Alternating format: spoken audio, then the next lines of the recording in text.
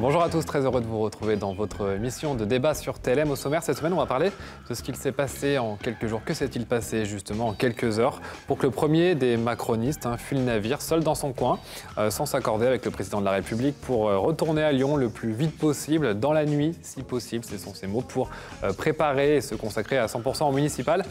Gérard Collomb pressé de retrouver son siège. Pourquoi une telle précipitation? L'allumette a aussi mis le feu au gouvernement, crise politique au sommet de l'exécutif, au point qu'il faut plus de 10 jours à Édouard Philippe et Emmanuel Macron pour enfin lancer le remaniement. Et pendant tout ce temps, pas vraiment de ministre pour assurer la sécurité des Français. Forcément, ça pose des questions. Ça tombe bien, on a 26 minutes pour en parler, pour en débattre avec Marc Fraisse, André Soulier et Elliott Aubin. Bonjour à tous les trois, messieurs. Bonjour. Qu'est-ce qu'il s'est passé exactement ces derniers jours, André Soulier, avec Gérard Collomb? Cette précipitation? C'est un des mystères de la passion. Nous sommes dans la capitale des Gaules, avec la fille aînée de l'Église qui a Lyon pour centre. Il est parti. Je dois vous dire... Passion très soudaine alors, parce que tout d'un coup, il y avait urgence. Alors, on va être clair. Je ne sais pas si d'autres sont plus instruits que moi. Je n'ai pas bien compris le film, sauf ceci.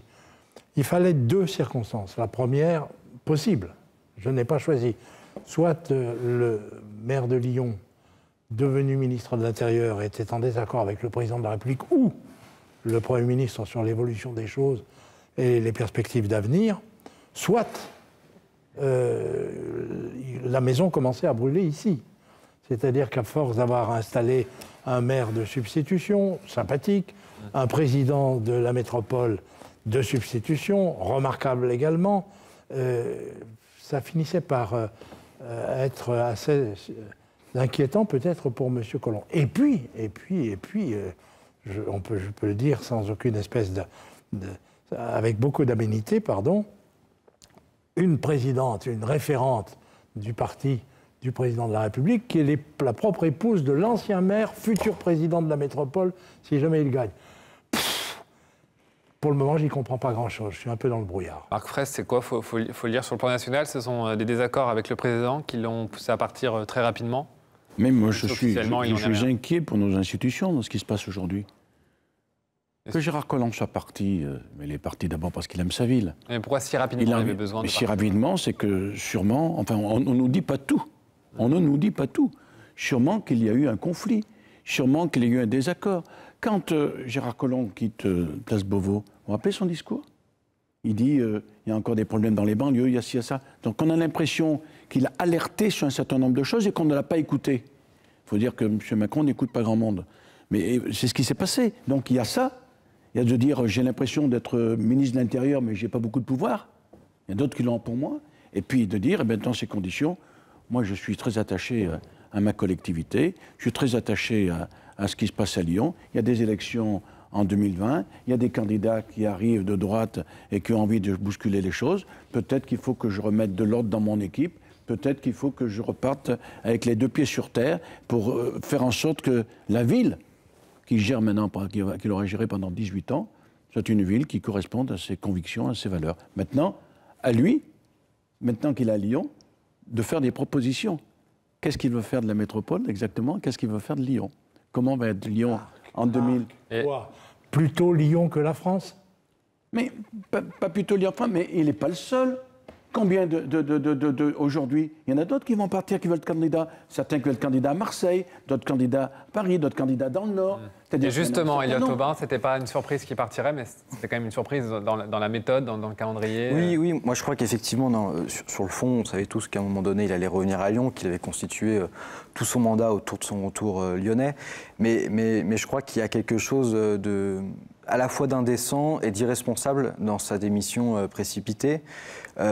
D'irresponsable d'abord parce qu'effectivement il dit pendant son discours de passation il y a une situation qui est compliquée dans les quartiers difficiles, on est jusqu'à présent était côte à côte, demain on sera face à face. Dire ça quand on est ministre de l'Intérieur et quitter ce ministère avec une telle déclaration, moi je trouve qu'il y a quelque chose d'irresponsable et d'indécent dans le sens où... responsable.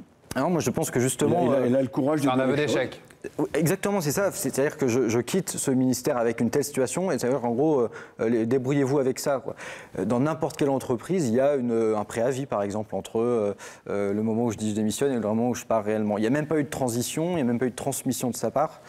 Et je disais indécent parce que je crois qu'il y a une forme aussi un peu de mépris de la démocratie ou un sentiment un peu de pouvoir absolu avec cette idée de je reviens à Lyon, bon, Georges Kepenekian s'en va, je prends sa place. Voilà, je trouve qu'il y a à la fois quelque chose d'irresponsable et d'indécent, mais après, au-delà de la personne de Gérard Collomb, parce que c'est pas forcément ça qui doit nous intéresser, c'est qu'il y a aussi eu une continuité politique de la mise en place d'une métropole libérale par Gérard Collomb qui a été ensuite continuée par David Kimmelfeld et qu'il s'agit dès 2020 de réussir aussi à proposer un autre projet plus inclusif que le libéralisme et l'attractivité qui est l'obsession de Gérard Collomb.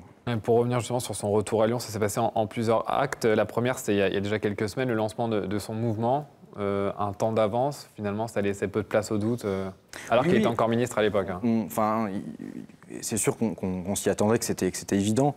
Après un temps d'avance, moi je crois que Lyon, à l'inverse, est très en retard sur un certain nombre de domaines. On est en retard sur la question démocratique, on est en retard sur la question de l'accès à la culture, on est en retard sur la question de l'éducation, on est très en retard sur la question écologique. Donc, vous êtes vraiment critique par rapport à Gérard Collomb. Oui, je suis très critique et je pense qu'il faut... Pourtant, vous avez vu que le sondage qui vient de sortir, quand même, lui donne encore 30%. Ça veut dire qu'il est quand même encore un certain nombre de Lyonnais qui l'apprécient. Sur le sondage, vous êtes un peu critique. Moi, je ne suis pas colombiste, hein.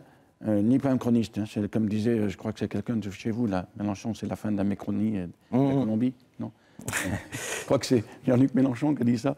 Non, je crois qu'aujourd'hui, il faut être beaucoup plus modéré.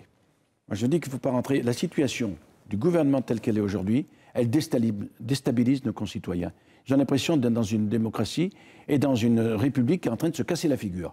Et ça, on est en train, en étant trop critique, on est en train de faire monter les extrêmes. Regardez ce qui se passe de partout dans le monde. Donc je veux dire qu'il faut avoir les pieds sur terre, il faut savoir aussi les politiques qui s'engagent aujourd'hui, avoir un véritable projet, sans être obligé de critiquer les autres. Moi je dis, si Gérard Collomb est parti, c'est sûrement parce qu'il avait des raisons de partir. Les raisons n'étaient pas seulement qu'il revienne à Lyon, parce qu'il nous avait dit qu'il avait du temps. Les élections sont en 2020. Il a ses équipes sont sérieuses, ils font tout le travail.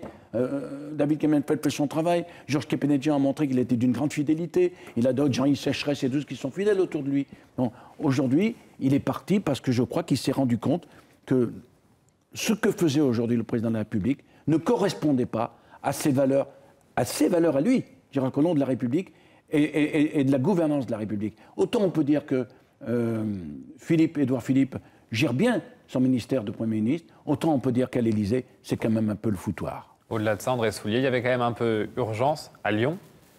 Oui, alors, c'est une des questions qui se posent. Moi, il faut tout de même nous ne sommes pas en guerre contre le monde entier. Ma génération a connu l'Indochine, l'Algérie, sortant de la Seconde Guerre mondiale. Enfin, vraiment, on n'est pas dans cette situation-là aujourd'hui. Très franchement. Simplement, notre pays n'est pas un des grands pays du monde. Voilà. Et à partir de ce moment-là, sachant que de toute manière la carrière ministérielle allait se terminer à un moment ou à un autre, avec la nécessité de revenir pour tenter de gagner 6 années de plus à partir de 2020, et dans un espace qu'il a créé avec Michel Mercier, qui s'appelle la métropole, et où ça ne va pas être commode. Il va falloir mener une circonscription. Il n'est pas inattendu qu'il s'en aille. La question est de savoir pourquoi il est parti avec, tout de même, un peu de brutalité, qui surprend certains de nos concitoyens. Ils ont le temps d'oublier, ils auront le temps d'oublier pendant 18 mois. Mais ça traduit, me semble-t-il, quand même dans ses troupes, un certain trouble. Je suis convaincu qu'il va y mettre un terme et que tout le monde va repartir dans ses conditions. Mais attendez. Moi, je suis un peu gêné quand on parle de l'âge. Et il est évident que ce sera son dernier mandat. Il doit le dire. Parce que lorsqu'il finira son mandat, il aura l'âge d'un autre Collomb que j'ai connu, dont j'étais le premier adjoint, et qui a voulu repartir, lui, beaucoup plus tard. Il n'y a pas d'assimilation à faire entre les deux, sauf que il faut les laisser respirer la démocratie. Voilà. Elliot Aubin, il y a un trouble dans les troupes à Lyon? Moi, je voudrais aussi réagir sur la question du sondage. Sur le sondage, on voit, alors il faut le prendre pour ce que ça vaut, un sondage à plus de 2 ans, enfin à 2 ans à peu près des échéances, il faut le prendre pour ce qu'il est, mais il y a quand même 58% des Lyonnais qui se disent défavorables à Gérard Collomb.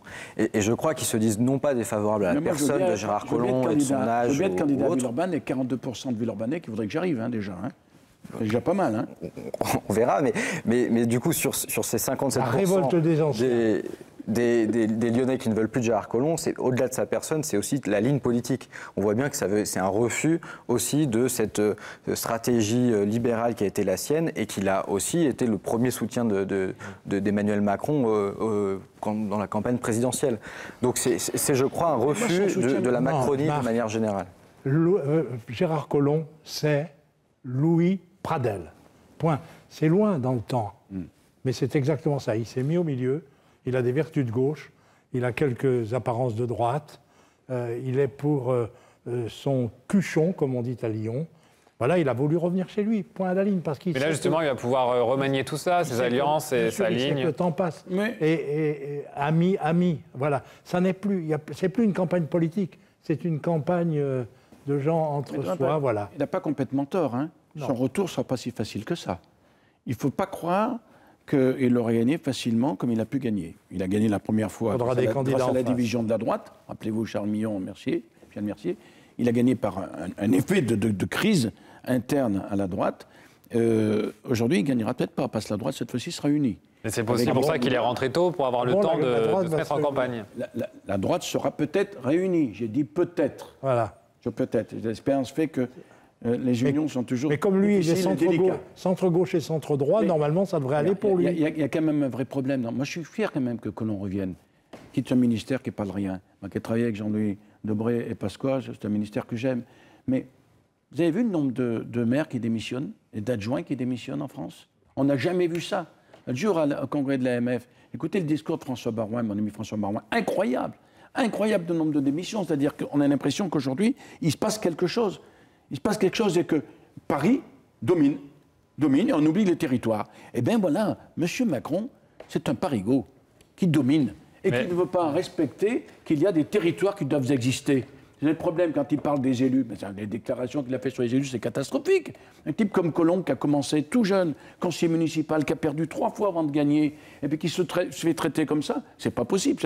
Moi, je vais vous dire qu'un jour, quelqu'un écrira, puis Gérard est suffisamment intelligent, Gérard Collomb, un jour, il aura bien une plume qui va raconter la véritable histoire de son départ de son poste de ministre. Oui, ce sera mieux que cette analyse tribale que vous venez de nous livrer.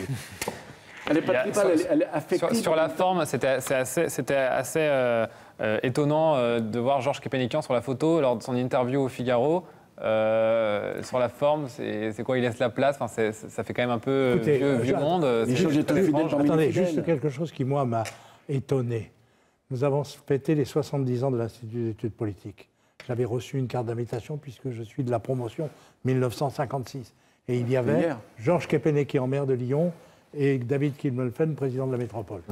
Pourquoi diable, ayant la veille indiqué qu'il démissionnait, mais il n'est pas démissionnaire total. Démission qui sera effective fin octobre. Tant qu'un autre maire n'a pas été élu. Il n'était pas là au dîner. Pourquoi? Qu'est-ce que c'est que cette espèce d'interruption d'écran, cet écran noir à l'hôtel de ville? Je crois qu'actuellement, les hommes politiques perdent la boussole. C'est vrai. Et c'est tout bénef pour l'opposition, finalement. On ne réfléchit pas forcément en ces termes. Il y a effectivement, je pense, quelque chose qui s'est brisé quand même. C'est ça, non, mais c'est ça. Il y a un pouvoir qui a été à un moment donné à bout de souffle. Il s'est tellement replié sur lui-même qu'aujourd'hui, en quelque sorte, on sent bien que la Macronie a peur aussi des Lyonnais, a peur de la concertation. Les élus locaux sont de plus en plus refermés sur eux-mêmes. Donc nous, évidemment, qu'on est en train de travailler à un projet qui se repose sur un triptyque qui est celui de l'humanisme, de l'écologie et de la démocratie. Et sur ces valeurs-là, on va décliner un programme cohérent sur la question des politiques publiques en matière de transport, en matière de logement, en matière d'écologie, en matière de culture, etc. Donc on va préparer et la France insoumise est devenue aujourd'hui incontournable sur la scène politique. Que certains à Lyon, dans la région, beaucoup moins. Et à Lyon, on a quand même été au second tour sur un certain nombre de circonscriptions aux législatives face à la Macronie. Donc je crois que le Lyon qu'on dépeint souvent comme étant une ville de centre-droit, etc., est aussi en train de changer. Il y a aujourd'hui une force citoyenne qui est en train aussi de faire changer. Vous êtes un jeune élu et beaucoup disent que vous avez beaucoup de talent et de conviction. Marc Fraisse, sur quelle est votre réaction? Si vous aviez en quelques mots dire ce qui s'est passé, c'est quoi? C'est un tremblement de terre, c'est quoi? Ce qui s'est passé par rapport à la démission par rapport au départ de Gérard Collomb, puis d'autres, Hulot et d'autres, et tout c'est en train de se passer. C'est quand même incroyable. Mais Didier Vous ne l'aviez pas prévu comme ça. Didier Deschamps, quand il fait son équipe de football, l'équipe de France, il met pas 20 jours pour faire son équipe. Là, c'est quand même inacceptable qu'on mette des jours. Il part en Arménie, il fait le beau et coup. Oh, on s'en occupera samedi. Non, mais enfin, c'est la France qui est en jeu. Et c'est l'image de la France dans le monde. Il y a quelque chose qui me choque. Moi qui suis un homme de conviction et gaulliste, vraiment pied sur terre, hein, ça me rend malade. Donc je voudrais votre réaction à vous, votre réaction de cœur. Pose des questions. Pas une réaction politicienne, ni une réaction. Non, mais ma réaction, c'est que on a le sentiment que c'est un peu la panique à bord au sein de l'Élysée, qu'il y a eu 2 démissions de ministres de l'État en quelques semaines, et que on voit bien qu'aujourd'hui il y a une crise qui est à peu près la même qu'au moment de la fin du quinquennat d'Hollande. Donc il y a cette similitude-là qui peut se faire, alors même qu'on est qu'à... Enfin, il n'y a pas les grèves, il n'y a pas des gens dans la rue. Non, mais je parle de la crise politique en interne. Après, il y a des mobilisations. Alors, comme disait André Sujet tout à l'heure, ils ont perdu la boussole. Alors. Non, mais franchement, ouais, je pense que... non, mais provisoirement, enfin, c'est pas dramatique. La France n'est pas en désordre aujourd'hui, livrée aux encans. Ah ben non. Livrée à l'encan et aux populations... aux envahisseurs, enfin, franchement, qu'est-ce que c'est? Pourquoi les Insoumis, vous ne lancerez pas l'opération d'un référendum pour savoir si M. Macron doit rester au gouvernement? Marc, pourquoi... Ils essaient de le faire. Marc, pourquoi créer ce climat de fébrilité, d'inquiétude? Il se trouve qu'il y a un Premier ministre. Premier ministre, il est au terme de la Constitution, l'article 16. C'est lui qui conduit et détermine la politique. Heureusement qu'il est là. Moi, je le connais bien, c'est quelqu'un de sérieux. Hein. Qui a un problème entre le président de la République, c'est arrivé avec Giscard d'Estaing et Chirac, c'est arrivé... Mitterrand, non, puisque Mitterrand... Pour d'autres raisons. Chirac, il voulait partir aux élections présidentielles. Mitterrand était Toutankhamon qui avait prolongé sa vie. Donc, c'est un pharaon. Très bien, mais il n'y a pas de quoi s'affoler. Simplement, ils vont régler leurs problèmes. C'est des problèmes d'ambition qui sont à jour aujourd'hui. Point à la ligne. Et en ce qui concerne le retrait de M. Gérard Collomb, très franchement, la patrie n'est pas en danger. Ne réveillez pas Danton. Messieurs, il nous reste moins de 10 minutes, s'il vous plaît. On peut se consacrer à Lyon, la situation politique à Lyon, avec Gérard Collomb et notamment David Kimmelfeld, qui semble aujourd'hui plus populaire, en tout cas aux yeux de l'opposition, comme si l'opposition de gauche, notamment, cherchait un peu à jouer la rivalité entre les deux. Est-ce qu'il y a de ça aussi? Moi, David Kimmelfeld est humainement quelqu'un avec qui c'est très difficile de s'engueuler. Je veux dire, il est quand même quelqu'un d'agréable. Il n'empêche que la question n'est pas là. La question, c'est sur la ligne politique. Et on voit il bien semble quand même plus rassembleur, que ce soit les écologistes, même les socialistes. C'est là où il a été bon, c'est-à-dire que ça a été dans l'apparence. Effectivement, dans la posture, il semble plus rassembleur. Sur la ligne politique, ça n'a absolument pas bougé, notamment sur la question, je vais prendre un exemple concret, qui est la question des mineurs isolés. Il nous avait expliqué qu'en devenant président de la métropole, il allait avoir une attention un peu plus sérieuse, un peu plus poussée sur cette question-là. Depuis qu'il est président de la métropole, il n'a absolument répondu à aucune de nos alertes ou de nos interpellations sur la question des mineurs isolés, notamment sur le premier arrondissement. Donc je crois que c'est surtout dans l'apparence et que sur la continuité politique, c'est exactement la même ligne qui est menée. Et d'ailleurs, il a récemment dit un interview, là j'ai vu dans un de chez vos confrères, en expliquant qu'il ne voit pas pourquoi il ne travaillerait pas avec Gérard Collomb. Bon, moi, je vois un certain nombre de raisons pour lesquelles il ne faudrait pas travailler avec Gérard Collomb. Donc on voit bien que tout ça va finalement se rassembler, mais je pense que les Lyonnais ne seront pas dupes. C'est qu'un leurre, c'est qu'une stratégie, cette distanciation de David Kimmelfeld avec Gérard Collomb aujourd'hui? Oui, moi je pense que c'est un leurre. Il y a quand même une redistribution des cartes institutionnelles qui va être intéressante ici à Lyon. Voyons, le maire avait mis à sa place un autre maire, en sachant qu'il ne redeviendrait pas maire lui-même pour pouvoir rebondir à la métropole. Et il avait placé David Kimmelfeld pour le substituer jusqu'en 2020. Enfin, Très franchement, il faut tirer les cartes pour arriver à comprendre ce qui va se passer. Ce qui avait été prévu initialement était simple. Maintenant, c'est un peu plus compliqué. C'est que David Kilmelfeld devait être le successeur candidat de Gérard Collomb à la mairie de Lyon, et pas du tout le premier adjoint. Et puis Gérard allait occuper le poste qu'il occupait, c'est-à-dire celui de président de la métropole.